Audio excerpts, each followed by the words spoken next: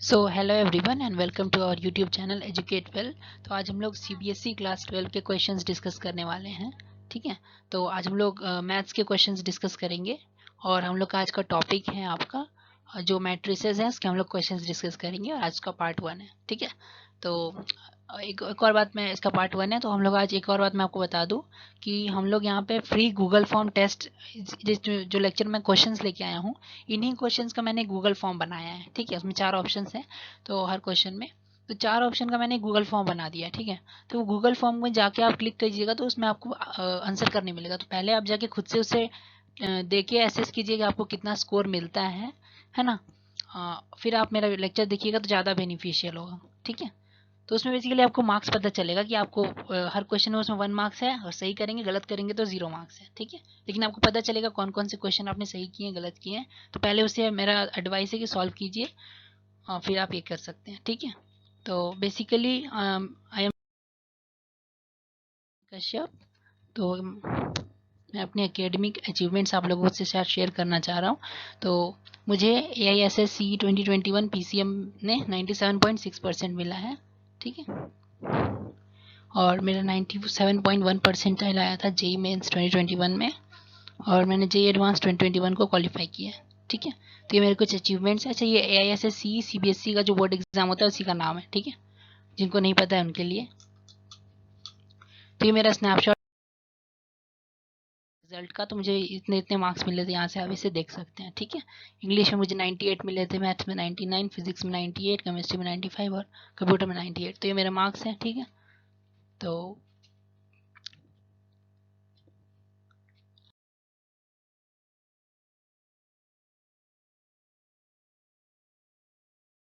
आपको इस वीडियो को देखने से पहले क्या क्या करना है कि वीडियो के डिस्क्रिप्शन में गूगल फॉर्म का लिंक दिया हुआ है, वहाँ से जाइए, उसे क्लिक कीजिए, वहाँ पे सॉल्व करके आंसर मार्क कीजिए। अच्छा, वो बिल्कुल फ्री, उसमें कुछ पैसे नहीं लगेंगे तो आप उसे ऐसे ही कर सकते हैं।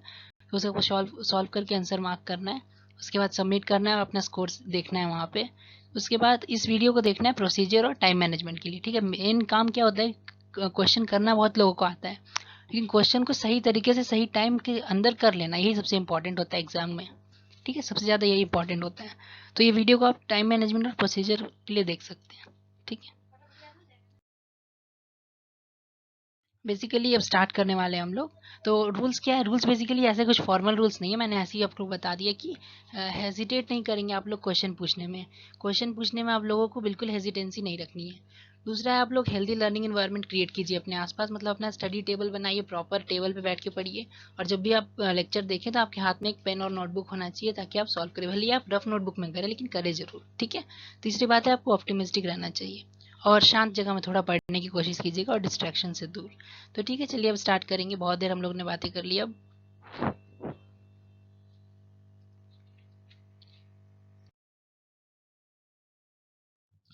Hello everyone and welcome to our YouTube channel Educate Well.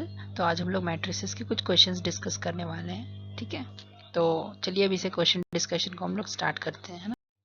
तो फर्स्ट क्वेश्चन है, the inverse of a skew symmetric matrix of odd order.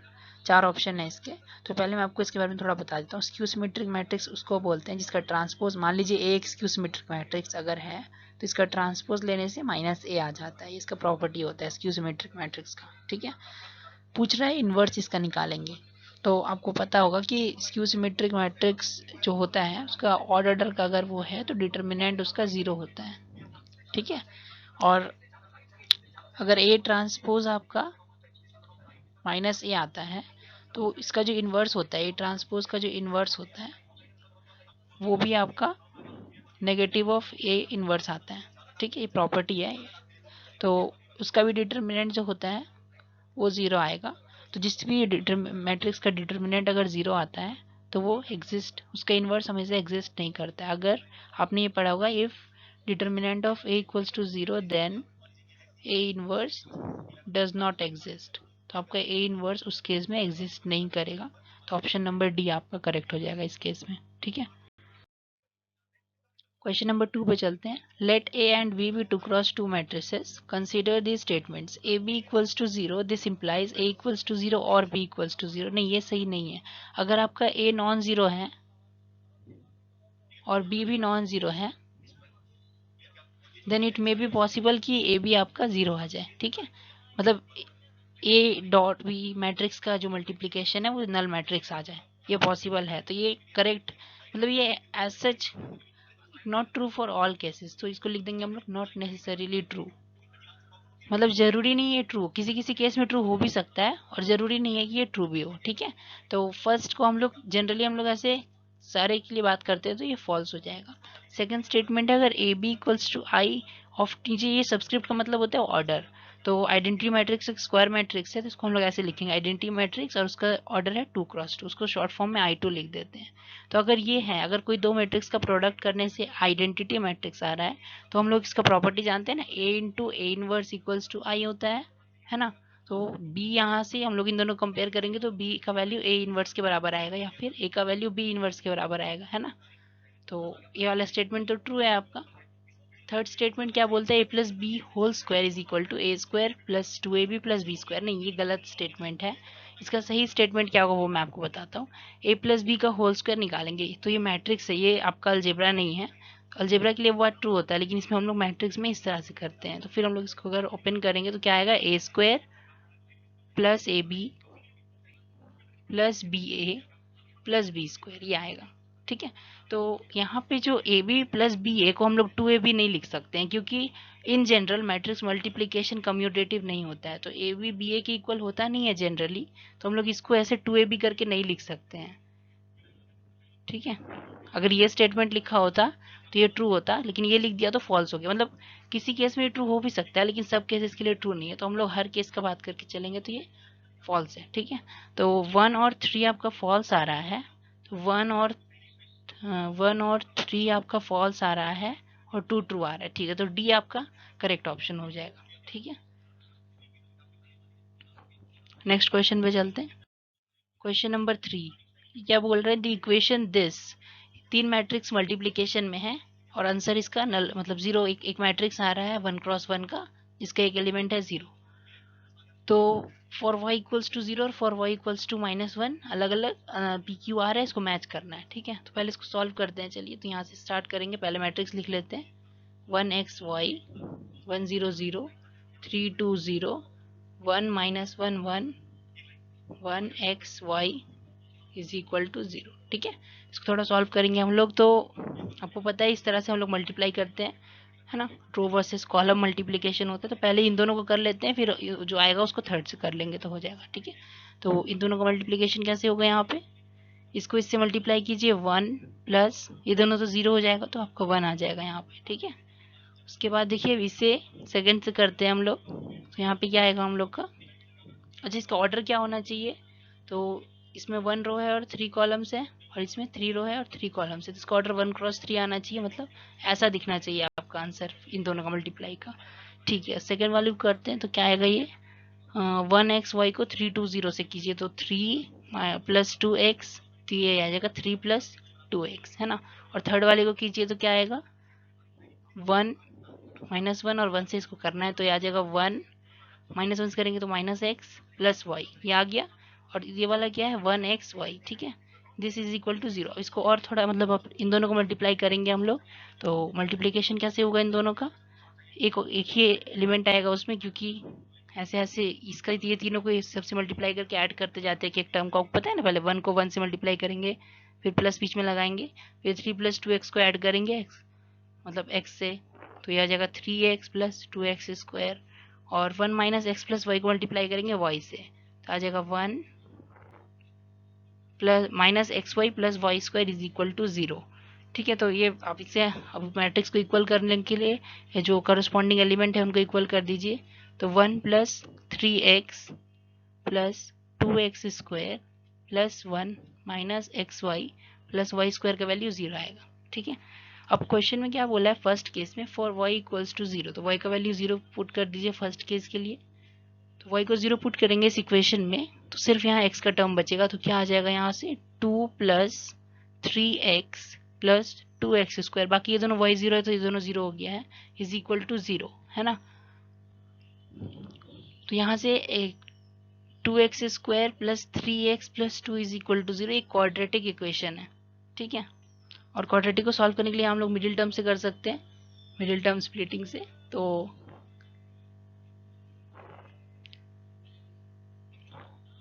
3 को हम लोग 4 माइनस 1 भी लिख सकते हैं, लेकिन माइनस से कॉमन नहीं आएगा। तो अच्छा, इसको हम क्वाड्रेटिक फॉर्मूला से कर लेते हैं। x equals to minus b plus minus root under b square minus 4ac upon 2a। ठीक है, ऐसे होगा। तो इसको हम लोग सॉल्व करेंगे। 9 माइनस 8 1, तो ये आ जाएगा -3 प्लस माइनस 1/4। एक केस 1 जब प्लस साइन कंसिडर करेंगे हम लोग तो क्या आएगा, -3 प्लस 1 यानी -2/4। और केस 2 में क्या होगा, -3 माइनस 1/4 -4/4। तो ये आ जाएगा आपका -1/2 -1। दो आंसर आ रहा है और दोनों ही आपका रैशनल है। ठीक है, दोनों ही रैशनल है। आपको पता है रैशनल किसको बोलते हैं? अगर p बाई क्यू के फॉर्म में लिखा होता है जहाँ पे q नॉट इक्वल्स टू 0 होता है, तो इस फॉर्म को हम लोग बोलते हैं रैशनल। ठीक है, तो आपका ये रैशनल रूट्स आ रहा है, मतलब 1 का p होना चाहिए। ठीक है, तो 1 का p दो ऑप्शन में है, ए में और सी में। तो ए और सी में से कोई आंसर है। ठीक है, अब y इक्वल्स टू -1 के लिए एनालाइज करते हैं, तो इसी इक्वेशन में हम लोग y को पहले -1 पुट कर देते हैं। ठीक है, तो क्या आएगा, 1 plus 3x plus 2x square plus 1, y को -1 पुट किया तो ये बन जाएगा plus x plus 1 is equal to 0, है ना। अब सारे एक तरह से ये कर लेते हैं, अरेंज करते हैं इसको। 2x स्क्वायर बनेगा, ये 4x बन जाएगा और ये 3 बन जाएगा। ठीक है, यहाँ से x का वैल्यू, क्योंकि यहाँ पे जो डिस्क्रिमिनेंट है वो रूट का क्वांटिटी आएगा, क्योंकि देखिए बी स्क्वायर माइनस 4ac आएगा ना यहाँ से। 16 माइनस 4 इंटू 2 इंटू 3 24। तो ये क्या आ रहा है, बी स्क्वायर माइनस 4ac। तो ये फिर ये आ रहा है आपका, तो इसका आपको इरेशनल रूट्स आ जाएंगे। ठीक है, इसका रूट्स जो आएंगे आपके वो इरेशनल रूट्स आएंगे। तो क्यू का सेकेंड का आंसर आपका क्यू हो जाएगा। उस हिसाब से आपका सी ऑप्शन करेक्ट होगा। ठीक है, क्वेश्चन नंबर 4 पे चलते हैं। The number of diagonal matrix A of order n for which A cube is equal to A is. तो देखिए, एक ऐसा मैट्रिक्स है जिसका क्यूब करने से वो खुद के बराबर आ जा रहा है। ठीक है, और ऐसे कितने डायगोनल मैट्रिक्स एग्जिस्ट करते होंगे। तो मान लीजिए आपका मैट्रिक्स ऐसे कुछ होगा, a b c. Diagonal matrix में सिर्फ डायगोनल पे एलिमेंट्स होते हैं, बाकी सारे एलिमेंट्स 0 होते हैं। ठीक है, तो मतलब मान लीजिए ये तो मैंने 3x3 का बना लिया।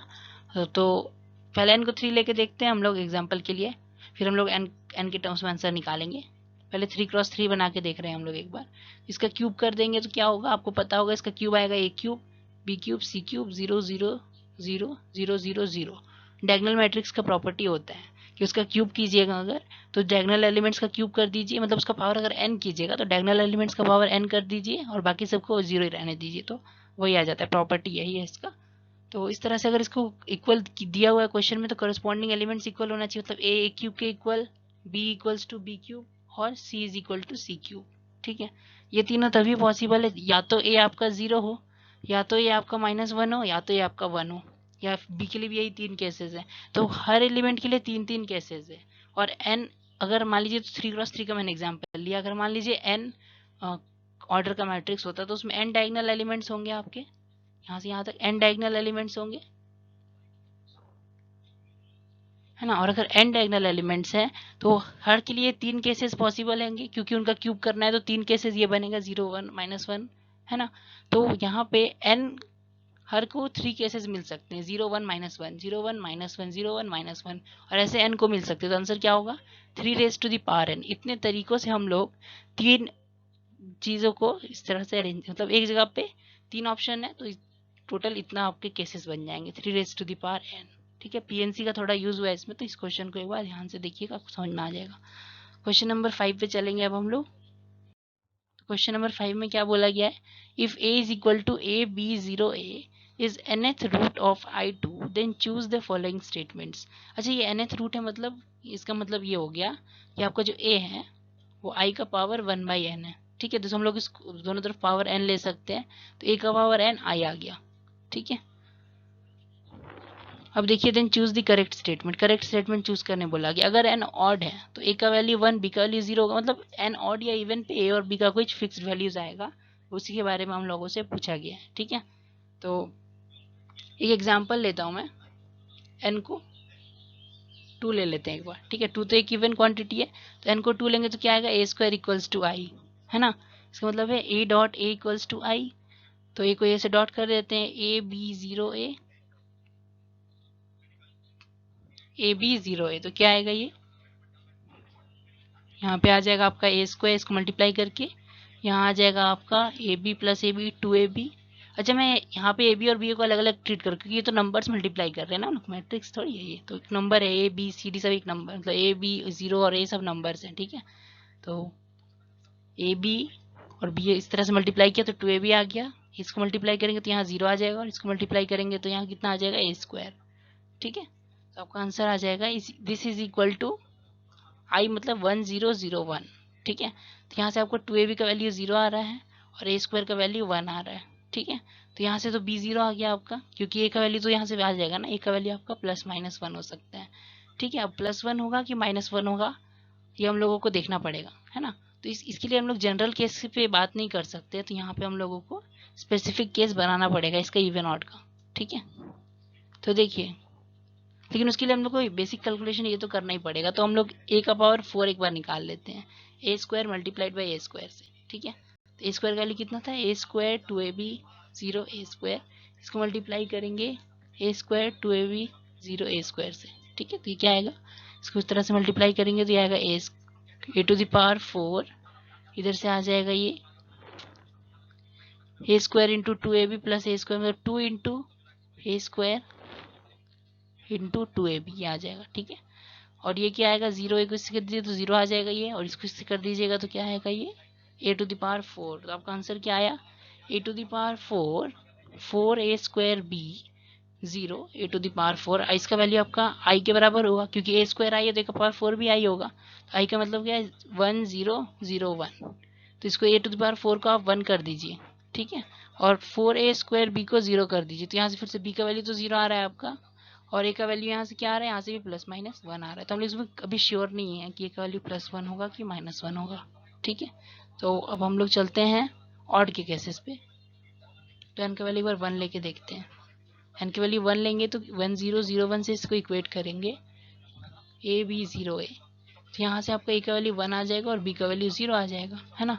तो हमको ये तो चलिए ऑड के केस में ए का वैल्यू 1 है और बी का वैल्यू 0 है, ऑड के केस में ए का वैल्यू 1 है और बी का वैल्यू 0, मतलब 1 तो करेक्ट है ये आपका, ठीक है। अब देखना है कि आपका इवन के केस में, तो इवन के केस में आपका ए का वैल्यू +-1 मतलब +1 भी हो सकता है -1 भी हो सकता है, और बी का वैल्यू 0 होगा, हम लोग 2 केसेस लेके चेक कर लिए, है ना। तो अगर इवन है तो आपका ए का वैल्यू 1 और बी का वैल्यू 0 भी पॉसिबल है, ए का वैल्यू -1 और बी का वैल्यू 0 भी आपका पॉसिबल केस बनता है। तो यहाँ पे आपका आंसर हो जाएगा 5th क्वेश्चन का 1, 3 एंड 4, तो वो किस ऑप्शन में है, ऑप्शन नंबर डी में, क्योंकि हम लोग डिस्टिंग्विश नहीं कर पा रहे हैं ना इवन पावर्स के लिए। इवन पावर्स के लिए आपका हमेशा ऐसे आ रहा है, square equals to 1, a to the power 4 equals to 1, तो ये तो इक्वल्स टू +1 भी सेटिस्फाई करेगा और -1 भी सेटिस्फाई करेगा, ये सारे इक्वेशन, जिसमें हम लोग कभी भी श्योर नहीं हो सकते। तो हम लोग दोनों केसेस को यहाँ पे करेक्ट मानना पड़ेगा, ठीक है। तो आपको समझ में आया होगा, डी आएगा इसका आंसर, ठीक है। तो अब हम लोग क्वेश्चन नंबर 6 पे चलते हैं। यहाँ क्या गिवन है, A is 2x2 matrix such that, तो ए का वैल्यू 2x2 मैट्रिक्स है और उसका वैल्यू कहीं गिवन नहीं है क्वेश्चन में, तो हम लोग मान लेते हैं ए का वैल्यू ए बी सी और डी, ठीक है। आर्बिट्ररी 4 नंबर मैंने मांग लिए यहाँ पे। तो पहला कंडीशन क्या है, A multiplied by 1 - 1 is equal to -1 2, और दूसरा कंडीशन क्या है, A square multiplied by 1 - 1 is equal to 1, 0, ठीक है। और पूछा गया sum of elements of A, मतलब आपको निकालना है a plus B plus C plus D, इसका वैल्यू क्या आएगा आपको ये आंसर में निकालना है, ठीक है। तो a multiplied by this matrix दिया गया और यही मैट्रिक्स आपको ए स्क्वायर के साथ मल्टीप्लाई करना है।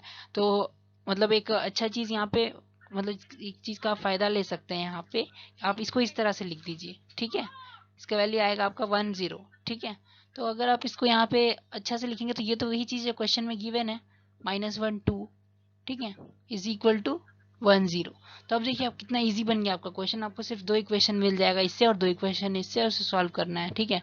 तो मैं बना देता हूँ इक्वेशन। तो यहाँ पे अगर ए का वैल्यू आप रखते हैं ए बी सी डी और इसका वैल्यू रखते हैं 1 - 1 इज इक्वल टू -1 2, तो इसको सॉल्व कीजिए तो क्या आएगा, ए माइनस बी, नीचे आएगा आपका सी माइनस डी, इसका वैल्यू आ जाएगा आपका -1 2, ठीक है। तो ए माइनस बी का वैल्यू यहाँ से कितना आया -1, और सी माइनस डी का वैल्यू कितना आया आपका 2, ठीक है। और इस साइड यहाँ पे देखिए तो यहाँ पे क्या गिवन है आपका कि इसको इससे मल्टीप्लाई करना, तो ये कितना आएगा मल्टीप्लाई करके a minus a plus 2b और यह आ जाएगा आपका minus c plus 2d, this is equal to 10। ठीक है, तो यहाँ से आपका क्या आ जाएगा माइनस ए प्लस 2b 1 आ जाएगा और माइनस सी प्लस 2d 0 आ जाएगा। ठीक है, तो इसको हमको जल्दी से सॉल्व कर लेना है। तो देखिए यहाँ से हम लोग इसको किस तरह सॉल्व कर सकते हैं। बेसिकली हम लोग को चाहिए क्या, हम लोग को a plus B plus c d plus d चाहिए। तो अगर हम लोग इन तीनों इक्वेशन को ऐड करते हैं तो कुछ हम लोग को फायदा मिलेगा। चारों को अगर ऐड करते हैं तो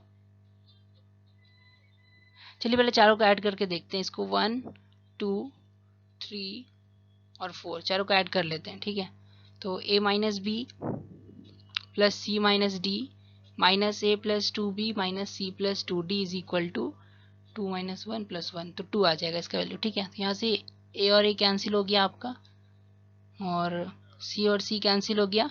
2b माइनस बी बी आ जाएगा, 2d माइनस डी डी आ जाएगा, तो b प्लस डी का वैल्यू यहाँ से आपका 2 आ गया। ठीक है, और हम लोग को a plus B plus C plus d चाहिए ना। यहाँ से देखिए इन दोनों को अगर आप ऐड कर देंगे 1 और 2 को, 1 और 2 को ऐड कर देंगे तो क्या आएगा आपके पास a minus b plus c minus d is equal to 1। ठीक है, यहाँ से आप अगर a प्लस सी का वैल्यू निकालना चाहें तो क्या आएगा 1 प्लस बी प्लस डी है ना, ये क्या आ जाएगा आपका 1 प्लस 2 बी प्लस डी अभी निकाला 3 आ गया a प्लस सी। तो आपके पास a प्लस सी का वैल्यू है 3 और b प्लस डी का वैल्यू है 2। तो a plus B plus C plus d चारों को ऐड कर लीजिए 5 आ जाएगा है ना। अगर आप इन दोनों को ऐड कर लेंगे, मान लीजिए इसको a मानते हैं इसको b मानते हैं, तो इन दोनों को ऐड कर लीजिए तो a प्लस बी आपका कितना आ जाएगा 2, तो आपका आंसर आ जाएगा मतलब 5 आ जाएगा। a plus B plus C plus d आपका 5 आ जाएगा, तो ऑप्शन नंबर डी आपका यहाँ पे करेक्ट हो जाएगा है ना। नेक्स्ट क्वेश्चन पे चलते हैं। 7th नंबर क्वेश्चन पे चलते हैं। यहाँ क्या गिवन है, द प्रोडक्ट ऑफ मैट्रिसेस ए जिसका वैल्यू गिवन है cos स्क्वायर थीटा, ये थीटा के टर्म्स मतलब cos साइन के टर्म्स में गिवन है, बी का वैल्यू भी फाई के टर्म्स में cos साइन के टर्म्स में गिवन है। ठीक है, तो इन दोनों का प्रोडक्ट मतलब ए बी का वैल्यू आपका एक नल मैट्रिक्स होना चाहिए। अगर ये नल मैट्रिक्स है तो थीटा माइनस फाई का वैल्यू क्वेश्चन में पूछा गया है। तो बेसिकली ये मैट्रिक्स से ज़्यादा आपका ट्रिग्नोमेट्री का क्वेश्चन है। ठीक है, तो चलिए पहले हम इसे मल्टीप्लाई कर लेते हैं। तो ए बी निकालते हैं हम लोग पहले। तो ए क्या है आपका cos स्क्वायर थीटा, मैं ऐसे शॉर्ट फॉर्म में लिख रहा हूँ ताकि लिखना जल्दी जल्दी हम लोग का हो जाए। cos theta sine square theta. ठीक है, ये हो गया ए। और बी कैसा है आपका cos square phi cos phi sine phi cos phi sine phi, फिर है आपका साइन स्क्वायर फाई। ठीक है, तो ये आपका ए है और ये बी है। ए बी को आप मल्टीप्लाई कर रहे हैं इस तरह से। तो मल्टीप्लीकेशन क्या है cos square theta cos square phi, मतलब मल्टीप्लाई कर रहा हूँ सिंपली में, प्लस यहाँ पे क्या आएगा cos theta sine theta cos phi sine phi. ठीक है, तो इस तरह से आ जाएगा ये मल्टीप्लाई होके। फिर सेकंड वाला आपका क्या आएगा cos स्क्वायर थीटा के साथ ये मल्टीप्लाई होगा ना, तो cos square theta cos phi sine phi plus cos theta sine square phi. ठीक है, उसके बाद आप थर्ड मतलब ये वाला एलिमेंट निकालेंगे तो क्या आएगा ये cos थीटा साइन थीटा के साथ मल्टीप्लाई होगा cos स्क्वायर फाई प्लस आपका साइन स्क्वायर थीटा के साथ मल्टीप्लाई होगा cos फाई साइन फाई। ठीक है, उसी तरह से आप ये वाला निकालेंगे तो इसमें क्या होगा आपका cos theta sine theta cos phi sine phi plus sine square theta sine square phi. ठीक है, इस तरह से आएगा। तो ये बेसिकली एक फॉर्मूला होता है, इसमें से अगर आप cos थीटा cos फाई दोनों में से कॉमन ले लें तो क्या बनेगा यहाँ पे cos theta cos phi plus sine theta sine phi. तो cos थीटा माइनस फाई का फॉर्मूला होता है, तो मैं एक ही स्टेप में कर दे रहा हूँ cos थीटा cos फाई और इस अंदर में क्या आ जाएगा cos of theta minus phi. ठीक है, तो बेसिकली हम धीरे धीरे थीटा माइनस फाई की तरफ जा रहे हैं। इसमें से भी हम लोग कॉमन ले सकते हैं, cos थीटा दोनों में से कॉमन लिया जा सकता है एक, और क्या कॉमन ले साइन फाई कॉमन ले सकते हैं, साइन थीटा तो कॉमन ले सकते। तो यहाँ से हम लोग अगर cos थीटा साइन फाई अगर कॉमन ले लेते हैं तो क्या बचेगा अंदर में यहाँ पे, यहाँ अगर हम लोग cos theta sine phi common ले लेते हैं तो अंदर में हम लोग का यहाँ पे बचता है कॉमन लेने के बाद यहाँ पे एक cos थीटा बच जाएगा और साइन फाई ले लिए तो cos फाई भी एक बचेगा, प्लस इधर क्या बचेगा आपका cos थीटा तो ले चुके हैं और साइन फाई भी ले सकते हैं, तो बचेगा साइन थीटा साइन फाई। ठीक है, उसके बाद हम लोग फिर यहाँ पे भी ले लेंगे इसको कॉमन, तो यहाँ पे क्या कॉमन ले सकते हैं साइन थीटा ले सकते हैं और cos फाई ले सकते हैं, ठीक है। तो साइन थीटा cos फाई अगर यहाँ पे कॉमन लेंगे हम लोग तो क्या बनेगा ये, तो यहाँ पे ये बनेगा cos थीटा cos फाई और फिर प्लस आएगा बीच में, फिर यहाँ पे साइन थीटा साइन फाई ये बनेगा, ठीक है। तो बेसिकली ये भी तो उसी का फॉर्मूला होता है ना, cos of theta minus phi. और फिर डी ऑप्शन में क्या कॉमन ले सकते हैं हम लोग, sine theta sine phi common ले सकते हैं। साइन थीटा साइन फाई अगर कॉमन लेंगे तो क्या बचेगा, cos theta cos phi plus sine theta sine phi. तो बेसिकली चारों में यही चीज बन रहा है, तो इनको अगर चारों में से कॉमन ले लेंगे तो क्या बनेगा बाहर कॉमन में, cos of theta minus phi बाहर कॉमन हो गया। और फिर यहाँ क्या बचा, cos थीटा cos फाई, नीचे बचा साइन थीटा साइन फाई, है ना। फिर यहाँ पे आपका क्या बचा, बेसिकली यहाँ पे आपका बचा ये क्या कहते हैं उसको, cos थीटा साइन फाई, और यहाँ पे आपका बचा साइन थीटा साइन फाई। तो ये बच गया और बाहर में ये कॉमन आ गया और ये नल मैट्रिक्स होना चाहिए, मतलब ये 0 0 0 0 आना चाहिए इसका वैल्यू, ठीक है। तो अब देखिए अब यहाँ पे हम लोग के पास क्या चॉइसेस बचता है, या तो ये 0 हो गया या तो वो 0 हो गया। तो ए भी अगर 0 है तो ये तो 0 होगा नहीं, है ना, जनरली ये भी 0 होगा क्योंकि हम लोग को भी तो यहाँ थीटा माइनस फाई की टर्म्स में निकालना है ना। तो cos of theta minus phi 0 मिल गया हम लोग को, ठीक है। तो इसका मतलब क्या है, अगर cos किसी एंगल का 0 है तो इसका मतलब क्या होता है, सिंपली इसका मतलब ये होता है कि जो एंगल है वो सम ऑड मल्टीपल है, मतलब ऑड मल्टीपल्स को 2n+1 ऑड मल्टीपल्स ऑफ 5/2 है। इसका मतलब ये होता है ना, for all n belongs to integer, ये जो थीटा माइनस फाई है this is some odd multiple of 5/2।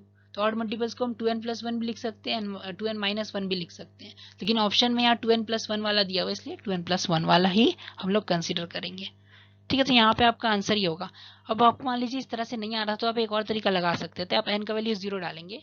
तो जैसे ही आप n का वैल्यू 0 डालेंगे तो आपको पता चल जाएगा इन चारों ऑप्शन में से सिर्फ एक ही ऑप्शन है जो 0 नहीं बन रहा है, जो π/2 बन रहा है, तो वो एक ही ऑप्शन है, ऑप्शन नंबर सी। तो वैसे भी आप ऑप्शन एलिमिनेशन से भी कर सकते थे क्योंकि cos ऑफ π/2 0 होता है ना, cos ऑफ 0 तो 1 होता है इसीलिए।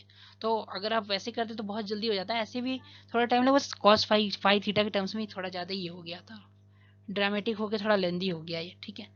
तो चलिए इस टाइप के क्वेश्चन आप एक्सपेक्ट मत ही कीजिएगा एग्जाम में, लेकिन फिर भी अगर आ जाता है तो इस तरह से इसको सॉल्व करते हैं, है ना। 8th नंबर क्वेश्चन पे चलते हैं। ये एनसीईआरटी का क्वेश्चन है, क्या बोल रहा है, let A B 2 matrix such that they commute. मतलब कम्यूट होने का मतलब क्या होता है कि ए बी आपका बी ए के इक्वल हो जाएगा, इसको बोलते हैं कम्यूट होने का मतलब यही होता है कि ए बी आपका बी ए के इक्वल हो गया। Then for any positive integer n, पहला क्वेश्चन पहला पार्ट क्या बोलता है, A B to the power n, मतलब a इंटू बी का पावर एन, ए बी का टोटल पावर एन नहीं है, इज इक्वल टू ये। तो हम लोग पहले एलएचएस से निकालना कुछ शुरू करते हैं, अगर आरएचएस आ जाएगा तो ये ट्रू स्टेटमेंट है, तो इनकरेक्ट स्टेटमेंट है, ठीक है। तो एलएचएस क्या है, A B to the power n, इसको हम लोग क्या लिख सकते हैं, ए बी बी बी, मतलब बी लिख दिया यहाँ पे मैंने एन टाइम्स ऐसे खोल के लिख दिया, और ए बी तो बी ए है तो ए बी को मैंने बी ए लिख दिया पहली बार, ठीक है। ए बी को बदल के मैंने बी ए कर दिया और ये बी बी सब ऐसे ही रह गए सारे, ठीक है। उसके बाद यहाँ फिर ये ए बी आ गया, फिर ये बी को बी ए, इस तरह से लिखते लिखते लास्ट स्टेप में क्या आ जाएगा, बी बी बी ऐसे आपका एन टाइम्स आ जाएगा और लास्ट में आपका ए बच जाएगा। तो क्या इसको हम लोग इस तरह से कंप्रेस नहीं कर सकते हैं, B to the power N into A. थोड़ा सा सोच के देखिएगा, बहुत ही ईजी, यह तो 1 आपका करेक्ट स्टेटमेंट हो गया, ठीक है। 2 के बारे में बात करते हैं यहाँ पे। 2 क्या बोल रहा है, A B to the power N, ये एलएचएस है और आरएचएस क्या है उसका, A to the power N B to the power N. तो पहले हम लोग एलएचएस से चलते हैं, अगर आरएचएस आ जाएगा मतलब टू करेक्ट है, नहीं आएगा तो करेक्ट नहीं है ना। तो एलएचएस क्या है, A B to the power n, ठीक है। ए और बी दो मैट्रिक्स है जो कम्यूट करते हैं, तो A B to the power N B A to the power n हो जाएगा, लेकिन इसको हम लोग पहले इस तरह से खोलने के लिखते हैं। तो ए बी ऐसे हम लोग लिख सकते हैं एन टाइम्स, ऐसे हमने ए बी लिख दिया यहाँ पे एन टाइम्स, ठीक है। अब बी ए को ए बी लिख सकते हैं हम लोग, तो ए को ऐसे रहने देते हैं हम लोग और बी ए को हम लोग लिख देते हैं ए बी, फिर अगला बी ए को लिख देते हैं ए बी, इस तरह से लास्ट में भी एक ए बी आता है तो उसका बी को छोड़ के यहाँ से जो बी आएगा उसके पहले का उसको हम लोग ए बी लिख देंगे, ठीक है। लास्ट में एक बी बच जाएगा हम लोग के पास में, ठीक है। तो यहाँ से देखिए, और उसके बाद फिर क्या करेंगे हम लोग, नेक्स्ट बार में क्या करेंगे, ये बेसिकली करने का तरीका, लेकिन आपको ये रिजल्ट लर्न होना चाहिए था, समझाने के लिए मैं एक बार बता दे रहा हूँ। फिर हम लोग क्या करेंगे, यहाँ से स्क्वायर हम ऐसे लिख लेते हैं और फिर यहाँ क्या होगा, ये बी ए इस तरह से बी ए इस तरह से बन जाएगा ये, ठीक है। तो इसको फिर से हम लोग बी ए को ए बी लिख देंगे, फिर यहाँ ए टू द पावर क्यूब आ जाएगा। मतलब लास्ट में इस करते करते करते करते बहुत सारे स्टेप के बाद क्या हम लोग पास आंसर आएगा, जनरलाइज्ड आंसर ए का पावर एन आ जाएगा, और लास्ट में बी का पावर यहाँ पे पहला स्टेप में 1 आया, दूसरा स्टेप करने के बाद 2 आ जाएगा, वैसे ही एन स्टेप्स करने के बाद एन आ जाएगा। तो बेसिकली ये स्टेटमेंट भी आपका करेक्ट स्टेटमेंट है। तो both 1 and 2 are correct statement, और ये एनसीईआरटी का क्वेश्चन है तो आप लोगों ने किया होगा। बेसिकली ये बुक में नहीं होगा तो एग्जाम्पलर का क्वेश्चन होगा ये, लेकिन ये एनसीईआरटी का ही क्वेश्चन है ना। तो आपको समझ में आ गया इसका आंसर क्या होगा, इसका आंसर होगा B, both 1 and 2 are correct. ठीक है, तो अब 9th नंबर क्वेश्चन पे चलते हैं हम लोग। 9th में क्या बोल रहा है, if A equals to a i j 4x4, मतलब 4x4 का एक मैट्रिक्स है, तो इससे बना लेते हैं ए को 4x4, और उसका इंट्रीज कैसे है, जब आई इक्वल्स टू जे, मतलब डायगोनल एलिमेंट्स जो हैं वो आपके 2 हैं सब, और नॉन डायगोनल एलिमेंट्स जो हैं वो 0 हैं। तो इस तरह से नॉन डायगोनल एलिमेंट्स को 0 लिखने का ये तरीका होता है। Basically I equals to J मतलब diagonal elements, I not equals to J मतलब नॉन डायगोनल एलिमेंट्स। तो बेसिकली इस टाइप का मैट्रिक्स है, वो ये बताने की आपको कोशिश कर रहा है थोड़ा अजीब तरीके से। ठीक है, उसके बाद क्या पूछा है, fractional part of determinant of adjoint of A by 7। तो यहाँ बहुत सारा चीज पूछ लिया, तो पहले हम लोग डिटर्मिनेंट ऑफ ए निकाल के साइड में रख लेते हैं। तो आपको पता होगा इस टाइप में डिटर्मिनेंट क्या निकालते हैं, डायरेक्टली डायगोनल एलिमेंट्स को मल्टीप्लाई करके। तो डायगोनल एलिमेंट्स को मल्टीप्लाई कर दीजिए तो ये आपका आ जाएगा 16। तो डिटर्मिनेंट ऑफ ए आपके पास आ गया है ना। हम लोग से पूछा क्या गया है, fractional part of determinant of adjoint of A, ये हम लोग को निकालना है। ठीक है, fractional part of determinant of adjoint of A divided by 7। तो पहले determinant of adjoint of A का फॉर्मूला क्या होता है, डिटर्मिनेंट ऑफ ए का पावर n-1 का whole square, where n is the order. ठीक है, divided by 7। Determinant of A का वैल्यू 16 है, n का वैल्यू क्वेश्चन के हिसाब से 4 है, यहाँ पे 4 गिवन है ना, तो ये 3 का स्क्वायर मतलब 9 हो जाएगा, डिवाइडेड बाई 7। ठीक है, इस तरह से आएगा। तो ये इसको सॉल्व करना ऐसे तो बहुत मुश्किल है, लेकिन हम लोग क्या करेंगे ना, हम लोग यहाँ पे स्टेप करते हैं जिससे इजिली सॉल्व हो जाता है हम लोगों से।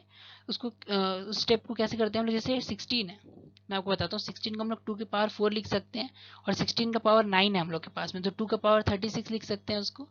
उसके बाद हम लोग 2 क्यूब बाहर निकाल लेंगे और पावर में 12 छोड़ देंगे, तो क्या बचेगा 8 टू द पावर 12। 8 को हम लोग 1+7 लिख सकते हैं, बेसिकली बाइनोमियल के साइड अभी ये जाने लगा धीरे धीरे।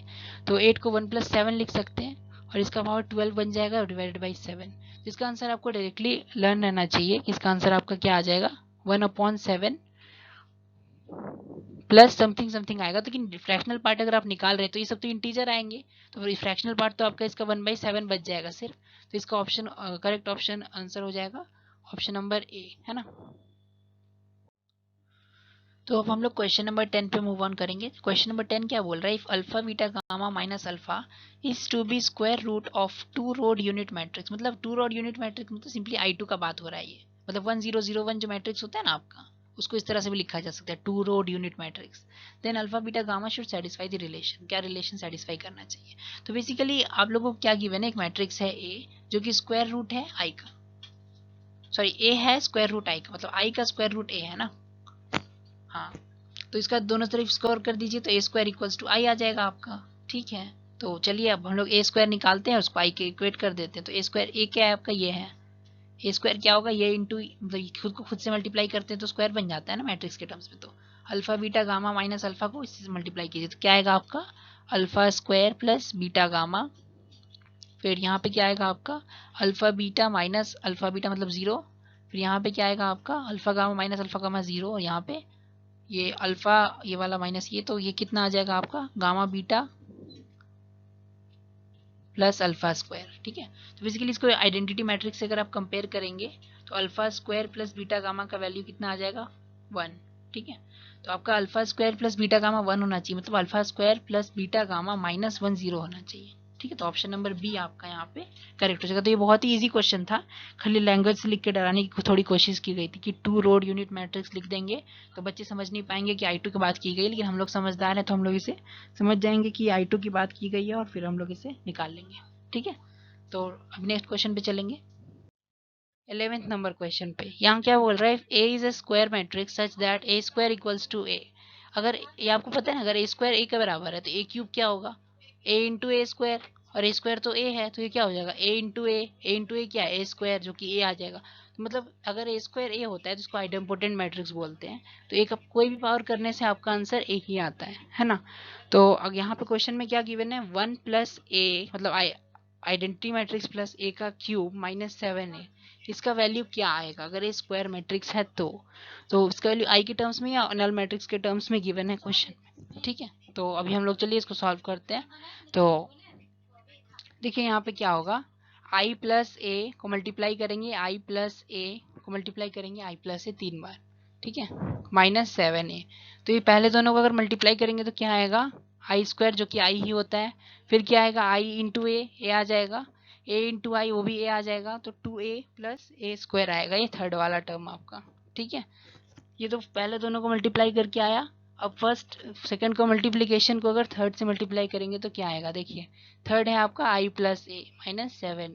तो अगर हम लोग इन दोनों को मल्टीप्लाई करते हैं तो क्या आएगा ये, तो देखिए आई को इससे मल्टीप्लाई करेंगे तो ये बनेगा आई को इससे करेंगे तो बनेगा ए, अगर इसको आई से करेंगे तो बनेगा 2a, और इसको ए से करेंगे तो बनेगा 2a से।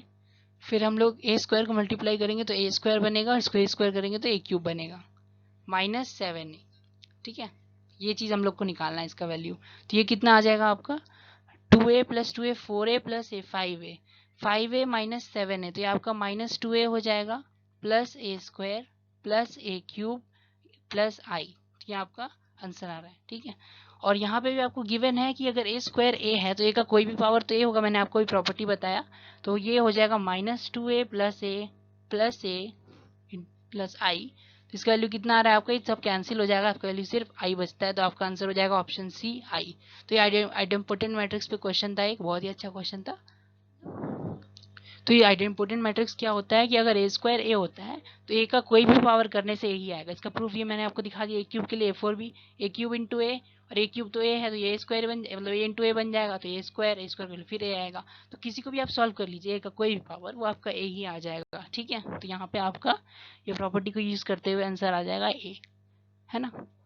तो चलिए अब 12th नंबर क्वेश्चन पे चलते हैं।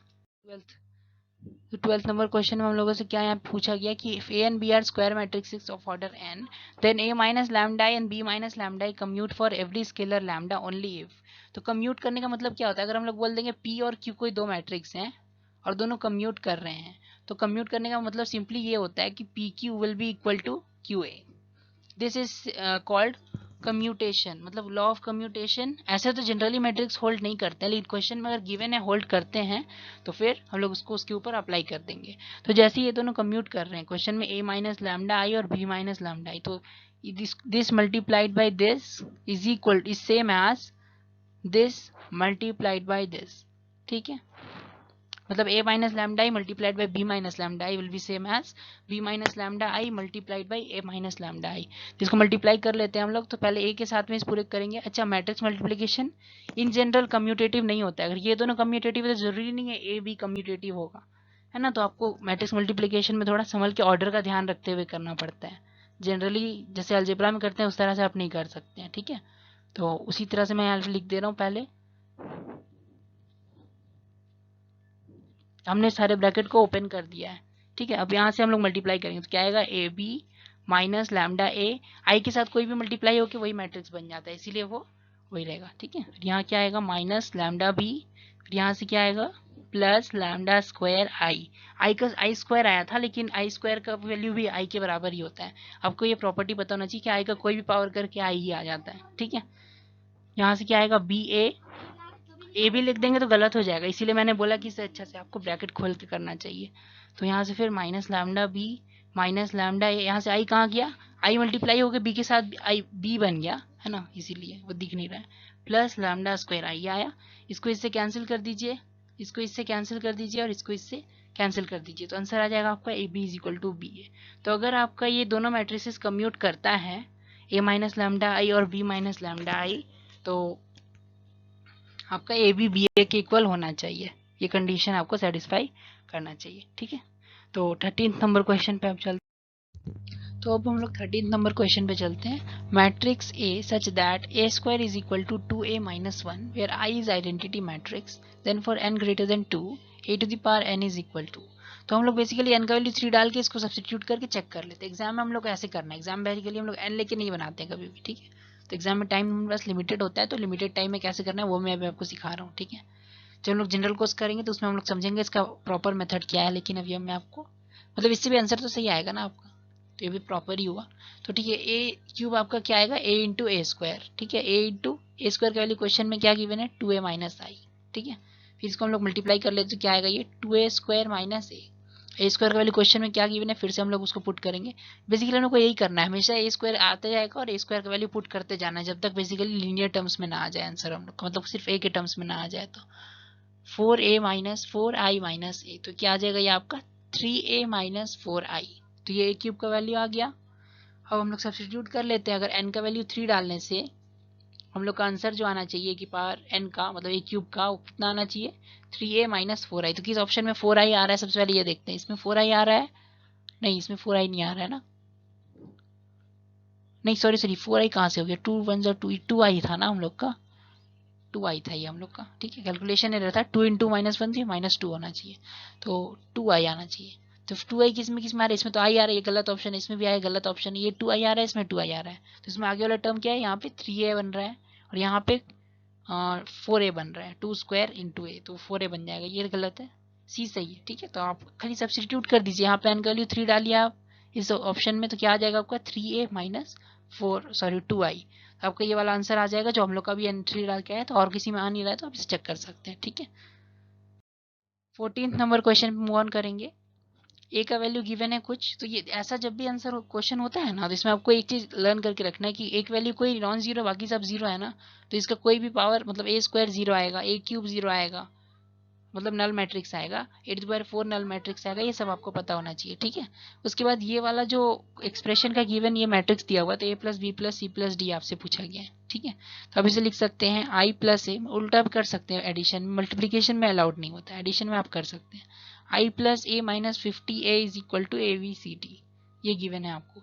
तो i प्लस ए, तो ये बाइनोमियल थ्योरम का एक प्रूफ था ना, आप लोगों ने देखा था, 1 plus x to the power n का वैल्यू क्या आता है, 1 plus n x plus n into n minus 1/2 into x square, ऐसे चलता रहता है ये बहुत दूर तक, है ना। तो यहाँ पे बेसिकली हम लोग को 1 प्लस एक्स की पावर एन का एक्सपेंशन लगाना है, तो क्या आ जाएगा, आई प्लस मैट्रिक्स के टर्म्स, मैट्रिक्स में 1 का इक्विवेलेंट क्या होता है आई, और नंबर का इक्विवेलेंट क्या होता है मैट्रिक्स। ठीक है, तो बहुत सारे केसेस में दोनों का सेम ही वर्क होता है, तो हम लोग दोनों को कर सकते हैं, कुछ कुछ केसेस में अलग, जैसे कम्यूटेटिव नहीं होता है, मैट्रिक्स का मल्टीप्लीकेशन और नंबर का मल्टीप्लीकेशन होता है, बाकी जनरल इस तरह केसेस में सेम ही आंसर आता है, तो उसमें आपको टेंशन लेने की जरूरत नहीं है। 1 plus n x plus n into n minus 1/2 into x square, इस तरह से चलते जाएगा ये। ठीक है, और ए स्क्वायर ए क्यूब ये सब तो जीरो ही होने वाला है ना, तो ये सब तो जीरो ही बन जाएगा थोड़ा देर बाद जाके, इसके लिए आपको वैसे भी टेंशन लेने की जरूरत नहीं है ना। तो ये सब तो जीरो हो गया, और ये 50 है यहाँ कैंसिल हो गया, तो आई का वैल्यू क्या आ गया आपका, ए बी सी डी, लेकिन आई तो हम लोग को नोन होता है, आई का वैल्यू कितना होता है 1 0 0 1, यहाँ से आपका ए का वैल्यू 1 आ गया, बी का वैल्यू 0, सी का वैल्यू 0 और डी का वैल्यू 1, है ना। तो अब हम लोग क्या करेंगे, यहाँ से simply A plus B plus C plus D निकालने के लिए इन सबको ऐड कर देंगे, तो 1 प्लस 0 प्लस 0 प्लस 1, तो ये 2 आ जाता है आपका आंसर। तो 14th का आंसर हो जाएगा आपका ए 2, है ना। 15th पे चलते हैं, 15th ने क्या बोल रहा है हम लोग को, A is equal to this iota वाला matrix and B equals to 1 वाला ये मैट्रिक्स है जो, देन ए की पावर 8 का वैल्यू पूछा गया है। तो देखिए यहाँ पे हम लोग को क्या करना है, ए का वैल्यू तो हम लोग को गिवन है पहले से ही, iota minus iota minus iota iota. ठीक है, तो हम लोग इसमें से अगर माइनस या फिर आयोटा कॉमन ले ले तो क्या बचेगा, 1 माइनस 1 माइनस 1 1, तो ये तो बी बन जाएगा, तो ये तो आयोटा बी आ गया आपका। तो ए की पावर 8 निकालने पूछा गया क्वेश्चन में, तो ये तो iota b to the power 8 हो जाएगा, मतलब iota to the power 8 into b to the power 8, iota to the power 8 तो 1 होता है, क्योंकि आयोटा टू द पावर 4 तो 1 होता है, तो आयोटा का पावर 8 भी 1 होगा, है ना। और बी की पावर 8 यहाँ पे बच गया आपको, तो बी की पावर 8 हम लोग सॉल्व करना पड़ेगा, तो बी की पावर 8 कैसे निकलेगा, तो बी का वैल्यू गिवन है हम लोग को क्वेश्चन में 1 माइनस 1 माइनस 1 1, तो सबसे पहले हम लोग बी का पावर 2 निकालते हैं, क्या आएगा वो बी इंटू बी, तो बी को बी से मल्टीप्लाई करते हैं, तो बी को हम लोग यहाँ पे बी से मल्टीप्लाई कर रहे हैं, तो क्या आएगा ये 1 इंटू 1 माइनस 1 इंटू माइनस 1, मतलब 1 प्लस 1 2 आ जाएगा ये, फिर ये आएगा 1 into minus 1 minus 1 minus 1 minus 1 minus 1 minus 2 आ जाएगा ये, फिर यहाँ से करेंगे तो ये आएगा आपका -2 और ये आ जाएगा 2। ठीक है, तो बी स्क्वायर आ गया आपका। अब हम लोग को बी टू द पावर 4 निकालना है, तो बी टू द पावर 4 क्या होगा, b square into b square, तो वो क्या आ जाएगा, इसी तरह से आप इसको मल्टीप्लाई कीजिएगा बी स्क्वायर को बी स्क्वायर से, तो इस तरह से कीजिए b square multiplied by b square, तो कितना हो जाएगा आपका 4 + 4 that is 8, then and here it will be 2 × -2 -4 -4 -8 -8 8, तो आपका b का पावर 4 ये आ जाएगा, मतलब ये 8 टाइम्स b बन जाएगा, है ना। b का पावर 4 जो है आपका वो 8 b आ रहा है ना। 8 अगर कॉमन लेंगे तो फिर -1 -1 -1 1 जो कि b का वैल्यू वही बचेगा ना। तो b का पावर 8 क्या होगा, b का 4 का स्क्वायर, तो ये क्या हो जाएगा 8b का होल स्क्वायर, है ना। तो इसको हम लोग अगर सॉल्व करेंगे तो 8 का स्क्वायर कितना होता है 64 मल्टीप्लाइड बाई बी स्क्वायर, और बी स्क्वायर का वैल्यू भी हमने निकाला था 2b, है ना। तो 8 स्क्वायर इंटू 2b, तो आ जाएगा 64 इंटू 2b, ये आ जाएगा आपका b का पावर 8 का वैल्यू। तो 64 इंटू 2 128 होता है, तो आपका आंसर आ जाएगा 128b, जो कि आपका आंसर है ऑप्शन नंबर बी में, ठीक है। इस तरह से आप इसको सॉल्व कर सकते हैं। तो चलिए अब हम लोग क्वेश्चन नंबर 16 पे चलते हैं। हम लोग को गिवन है यहाँ पे कि some matrix multiplied by A will give some matrix. तो इस मैट्रिक्स का ऑर्डर कितना है 3 × 3, इसका ऑर्डर कितना है आपका 2 रोज है और 3 कॉलम्स है, तो 2 × 3 हो जाएगा यहाँ पे, सॉरी 3 रोज है और 2 कॉलम्स है ना, 3 × 2 हो जाएगा यहाँ पे आपका इसका ऑर्डर, है ना। तो एक ऑर्डर हम m × n अगर मान के कर ले तो इस तरह से हम लोग करते थे, m का वैल्यू आपका 2 आ जाएगा और इधर 3 आ रहा है तो n का वैल्यू आपका 3 आ जाएगा। तो आपका ये मैट्रिक्स दिखना कैसे चाहिए, इस तरह से ABCDEF ऐसा दिखना चाहिए, है ना। तो हम लोग इसको और इसको मल्टीप्लाई करके ये आना चाहिए, तो सिंपली हम लोग मल्टीप्लाई कर लेते हैं इसको, 2 - 1 1 0 -3 4 multiplied by ABCDEF, this thing will be equal to -1 -8 -10 1 -2 -5 9 22 15, ठीक है। ये कर लेते हैं हम लोग। तो यहाँ से हम लोग का क्या आ जाएगा, ये इधर आ जाएगा आपका 2a - d, यहाँ आ जाएगा आपका, मतलब बेसिकली हम लोग मल्टीप्लाई कर रहे हैं, b माइनस, यहाँ आ जाएगा आपका 2a - d, फिर यहाँ आ जाएगा आपका 2b - e, फिर आ जाएगा आपका 2e - f, इस तरह से। सेकेंड रो में क्या आ जाएगा आपका a b c, जो 2c - f है ना, ये c है ये। और थर्ड रो में क्या आएगा आपका -3a + 4d, फिर आ जाएगा आपका -3b + 4e, और फिर आ जाएगा आपका -3e + 4f। तो यहाँ से डायरेक्टली ए बी सी कर ले तो आपको ये दिख गया कि ए का वैल्यू कितना है 1, बी का वैल्यू कितना है -2 और सी का वैल्यू कितना है -5। तीन वैल्यू तो आपको ऐसे मिल गया, बाकी तीन वैल्यू आपको चाहिए, तो आप इससे सॉल्व कर लीजिए। 2a - d कितना है -1 है, और ए का वैल्यू आपको पता है कि 1 है, तो डी का वैल्यू यहाँ से कितना आ जाएगा आपका, तो यहाँ से आपका डी का वैल्यू 3 आ जाएगा उसको सॉल्व करके, है ना। तो डी भी यहाँ लिख लेते हैं 3 होगा। फिर ई निकाल लेते हैं हम लोग, ई का वैल्यू कितना आ जाएगा, हम लोग वाली इक्वेशन से 2b - ई का वैल्यू कितना है -8, तो 2b - ई का वैल्यू -8 है, तो ई का वैल्यू क्या आ जाएगा 2b + 8, और बी का वैल्यू कितना है -2, तो 8 - 4 4 आ जाएगा ई का वैल्यू आपका, है ना। तो ई का वैल्यू हम लोग का आ जाएगा 4, और एफ का वैल्यू कितना आएगा, तो एफ का देखते हैं यहाँ से 2c - एफ का वैल्यू -10 है, तो यहाँ से सी का वैल्यू अगर हम -5 पुट करें तो -10 - एफ -10 है, तो एफ का वैल्यू 0 आ गया, एफ 0 है। तो अगर सबको ऐड कर दीजिए, अब सम करना है ना आपको, सारे मैट्रिक्स को ऐड, इस को ऐड कर दीजिए 1 -2 -5 3 4, इसको 5 ये -1 होगा, और 3 - 1 2 2 -2 0 + 1 1, तो आपका आंसर आना चाहिए 1, ठीक। कैसे भी ऐड कीजिए आंसर 1 आना चाहिए, ठीक है। तो इसका आंसर हो जाएगा option number B 1। 17 number question क्या है आपको, यहाँ पे ए का वैल्यू गिवन है 1/√3 टाइम्स 1 1 + आयोटा 1 - आयोटा और 1, ठीक है। तो आपको a × ए ट्रांसपोज का वैल्यू पूछा गया, a multiplied by A transpose का वैल्यू पूछा गया, ठीक है। तो यहाँ से हम लोग ए ट्रांसपोज को लिख लेते हैं, तो कैसे आएगा यहाँ पे 1/√3 तो रहेगा ही, कांस्टेंट है वो, तो ट्रांसपोज में क्या करते हैं हम लोग इस तरह से इसको लिख देते हैं, मतलब स्टैंडिंग को स्लीपिंग कर देते हैं और स्लीपिंग को स्टैंडिंग, इस तरह से, ठीक है। तो ये आपका ट्रांसपोज बन गया इस तरह से। तो अब ट्रांसपोज के फॉर्मेट में हम मल्टीप्लाई करेंगे a × ए ट्रांसपोज, तो 1/√3 × 1/√3 तो 1/3 बन जाएगा। बाकी मैट्रिक्स हम लोग यहाँ लिख देते हैं 1 1 + आयोटा 1 - आयोटा 1, ये आ गया एक मैट्रिक्स। दूसरा मैट्रिक्स है आपका 1 1 - आयोटा,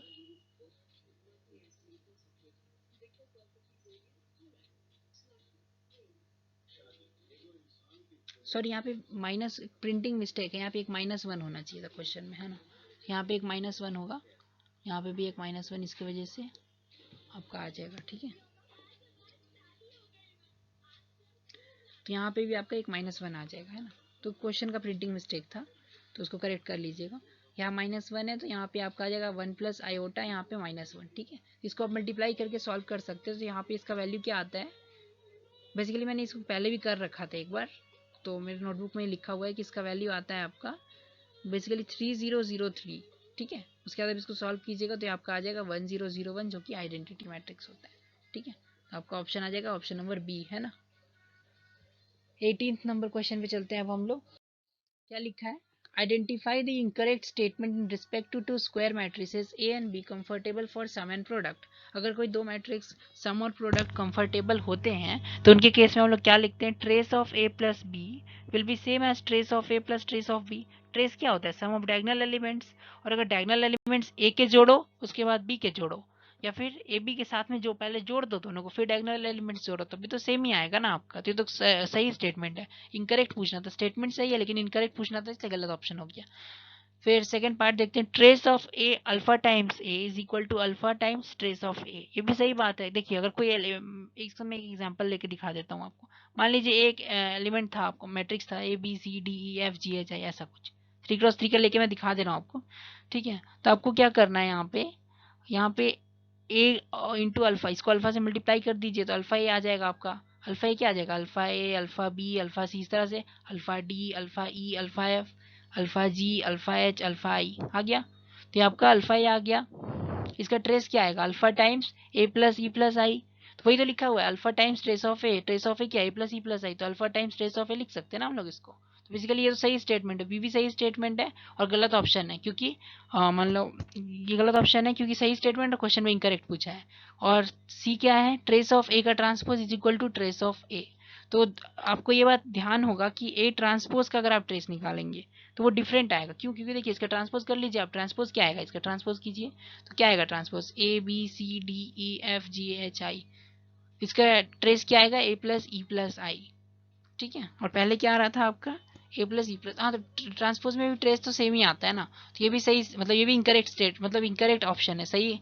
और ये प्रॉपर्टी तीनों सही है लेकिन तीनों इनकरेक्ट ऑप्शन है क्योंकि क्वेश्चन में गलत पूछा है। बेसिकली ये तीनों तीनों गलत ऑप्शन है, तो ऑप्शन डी सही हो जाएगा क्योंकि ये तीनों प्रॉपर्टी ट्रेस शो करता है, ठीक है। इन शॉर्ट ऐसे वो समझा सकते हैं। 19 नंबर क्वेश्चन पे चलते हैं। यहाँ क्या लिखा है, A is involuntary matrix given by this thing. तो अगर ए इनवॉलेंट्री मैट्रिक्स है तो इनवॉलेंट्री मैट्रिक्स का प्रॉपर्टी आपको पता होगा, ए स्क्वायर आई हो जाता है, ठीक है। इनवॉलेंट्री मैट्रिक्स इसको बोलते हैं, अगर नहीं पता है तो अभी इसे नोट कर लीजिए कि इनवॉलेंट्री मैट्रिक्स बोलते हैं इसको जब ए स्क्वायर आई बन जाता है आपका, ठीक है। तो उसके बाद हम लोग यहाँ से क्या लिख सकते हैं, ए स्क्वायर को हम लोग ऐसे ए इंटू ए इक्वल्स टू आई लिख सकते हैं। अगर ऐसा ये प्रॉपर्टी कोई शो करता है तो हम लोग ऐसे भी तो लिखते हैं, ए इंटू ए इनवर्स क्या होता है, आई होता है, और ए भी आई है इस क्वेश्चन के हिसाब से। तो ए इनवर्स इक्वल्स टू ए, ये प्रॉपर्टी होता है इनवॉलेंट्री मैट्रिक्स का, कि मैट्रिक्स का inverse will be same as matrix itself, है ना। तो अगर हम लोग, ये आपको समझ में आ गया, ठीक है। अब देखिए हम लोग को इनवर्स, ए इनवर्स तो ये आ गया, हम लोग को पता है, ठीक है। अब हम लोग को ए बाई टू का इनवर्स निकालना है। क्वेश्चन में क्या पूछा है, ए बाई टू का इनवर्स क्या होगा, तो ए बाई टू का इनवर्स निकालना है हम लोग को। तो इनवर्स का प्रॉपर्टी क्या होता है कि ए बाई टू का इनवर्स अगर निकालना है तो हो जाएगा टू का पावर, मतलब टू जो है ना, अगर 1/2 लिखा है तो वो 2 बन जाता है, यहाँ 2 लिखा होता है तो 1/2 बन जाता है, मतलब वो रिवर्स हो जाता है, टू का पावर -1 हो जाए, मतलब जो भी ये कांस्टेंट मल्टीप्लाइड होता है उसका पावर -1 हो जाता है। तो 2 ऊपर आ जाएगा यहाँ पे, और इंटू ए इनवर्स, तो ए इनवर्स का वैल्यू तो कितना ए ही है, तो ये आपका 2a ही हो जाएगा, तो आंसर हो जाएगा आपका 2a, ठीक है। आपको समझ में आ गया होगा। बेसिकली इनवर्स का एक प्रॉपर्टी होता है, k इंटू ए का इनवर्स अगर आप निकालना चाहेंगे तो आ जाता है आपका 1/k टाइम्स ए इनवर्स, ये इनवर्स का प्रॉपर्टी है, ठीक है। तो ये प्रॉपर्टी आपको लर्न होना चाहिए, नहीं लर्न है तो अभी से लिख के लर्न कर लीजिए, ठीक है। दो चीज इस स्लाइड में बहुत इंपॉर्टेंट लर्न करने का, एक इनवॉलेंट्री मैट्रिक्स का डेफिनेशन, ठीक है, और एक इनवर्स का एक प्रॉपर्टी, ठीक है। तो ये दोनों अगर आपको याद था तो ये क्वेश्चन आपसे बहुत इजीली बन गया होगा, नहीं तो आपको बेसिकली ये चैप्टर प्रॉपर्टीज में बहुत इंपॉर्टेंट गिवन है, फिर वो आपको अच्छे से करना है, ठीक है। 20 नंबर क्वेश्चन पे चलते हैं। If A is a non singular matrix, non singular matrix मतलब इसका डिटर्मिनेंट 0 नहीं है, उसको बोलते हैं नॉन सिंगुलर मैट्रिक्स, ठीक है। उसके बाद क्या गिवन है, such that A transpose is equal to A transpose A, है ना। तो यहाँ पे हम लोग क्या गिवन है, A transpose is equal to A transpose into A and B is equal to A inverse A transpose. Then कौन सा बी मैट्रिक्स क्या है आपका, ठीक है, तो A matrix into A transpose same है ए ट्रांसपोज इंटू ए, ठीक है, ये गिवन है क्वेश्चन में। तो हम लोग को निकालना है कि जो बी मैट्रिक्स है जो है ए इनवर्स ए ट्रांसपोज, वो कैसा मैट्रिक्स है। तो पहले हम लोग बी का वैल्यू लिखते हैं ए इनवर्स ए ट्रांसपोज, इसका ट्रांसपोज लेते हैं हम लोग। तो क्या आता है ये ए इनवर्स ए ट्रांसपोज का होल ट्रांसपोज। तो ये क्या आता है ए ट्रांसपोज का ट्रांसपोज, बेसिकली रिवर्सल लॉ लग जाता है यहाँ पे, ट्रांसपोज में इस तरह से रिवर्सल लॉ होता है एक। तो ये आ जाएगा ए इंटू ए ट्रांसपोज का इनवर्स या फिर ए इनवर्स का ट्रांसपोज, ठीक है। तो यहाँ से तो कोई प्रॉपर्टी हम लोग को मिला नहीं उतना अच्छा से, तो हम लोग क्या करते हैं बी इंटू बी ट्रांसपोज कर लेते हैं, क्योंकि इनवॉलेंट्री आइडेम्पोटेंट का तो उतना चांस लगता नहीं है, इसमें ऑर्थोगोनल होने का चांस लगता है, ठीक है। बी बी ट्रांसपोज अगर आई आ जाएगा तो ऑर्थोगोनल हो जाएगा। तो बी इंटू बी ट्रांसपोज क्या होगा, B basically A inverse A transpose, और बी ट्रांसपोज क्या है ए इंटू ए इनवर्स का ट्रांसपोज, ठीक है। तो इसको अगर हम लोग मल्टीप्लाई करते हैं तो क्या बन जाता है आपका ए इनवर्स मल्टीप्लाइड बाई ए, क्योंकि ए ट्रांसपोज ए क्या है आपका ए ट्रांसपोज है, जिसको हम लोग रिवर्स करके लिख दिए ए ट्रांसपोज ए को हम लोग ए ट्रांसपोज। इसको मैं फिर से आपको बता देता हूँ यहाँ पे हम लोगों ने क्या किया। देखिए बी को हम लोगों ने इस तरह से लिखा पहले, क्योंकि देखिए यहाँ पे बी का वैल्यू क्या गिवन था ए इनवर्स ए ट्रांसपोज। फिर से मैं यहाँ पे लिख के बताता हूँ बी को क्या वैल्यू क्या गिवन है ए इनवर्स ए ट्रांसपोज, ठीक है। उसके बाद यहाँ से हम लोगों को बी ट्रांसपोज निकाला हम लोगों ने, तो बी ट्रांसपोज का वैल्यू क्या आया था हम लोग का, यहाँ पे लिख रहा हूँ मैं ए इंटू ए इनवर्स का ट्रांसपोज, ठीक है। अब बी ट्रांसपोज निकाल रहे हैं हम लोग, तो क्या आएगा वो ए inverse A transpose multiplied by A into A inverse का ट्रांसपोज, ठीक है। अब ए ट्रांसपोज ए का वैल्यू क्वेश्चन में गिवन है कि ए इंटू ए ट्रांसपोज है, यानी ये कम्यूटेटिव है, क्वेश्चन में गिवन है, इसलिए हम लोग इसको इस तरह से लिख रहे हैं, ठीक है। तो बेसिकली इसका वैल्यू क्या आता है ए इनवर्स इंटू ए, जो कि आपका ए इनवर्स इंटू ए क्या होता है आई होता है, आइडेंटिटी मैट्रिक्स, और ए ट्रांसपोज इंटू ए ट्रांसपोज का इनवर्स या ए इनवर्स का ट्रांसपोज दोनों तो सेम ही होता है, तो ये भी आई आ जाएगा। तो basically I multiplied by I I square जो कि आई होता है, तो ये आई आ गया, मतलब कि ये ऑर्थोगोनल मैट्रिक्स है। तो आप इसको एक प्रॉपर्टी की तरह लर्न भी कर सकते हैं। अगर ए ट्रांसपोज एक इक्वल होता है तो आपका जो B A inverse A transpose है तो वो आपका ऑर्थोगोनल मैट्रिक्स होता है। ऑर्थोगोनल मैट्रिक्स मतलब A into A transpose equals to I, तो B into B transpose will be equal to I, so it will be an orthogonal matrix, है ना। समझ में आ गया आपको ये वाला। तो ये प्रॉपर्टी भी है, आप लर्न भी कर सकते हैं, नहीं तो आप ऐसे निकाल भी सकते हैं। बहुत ज़्यादा ये नहीं था, थोड़ा बहुत इसमें ये सब लग सकता है आपको, तो ये सब फॉर्मूला आपको आना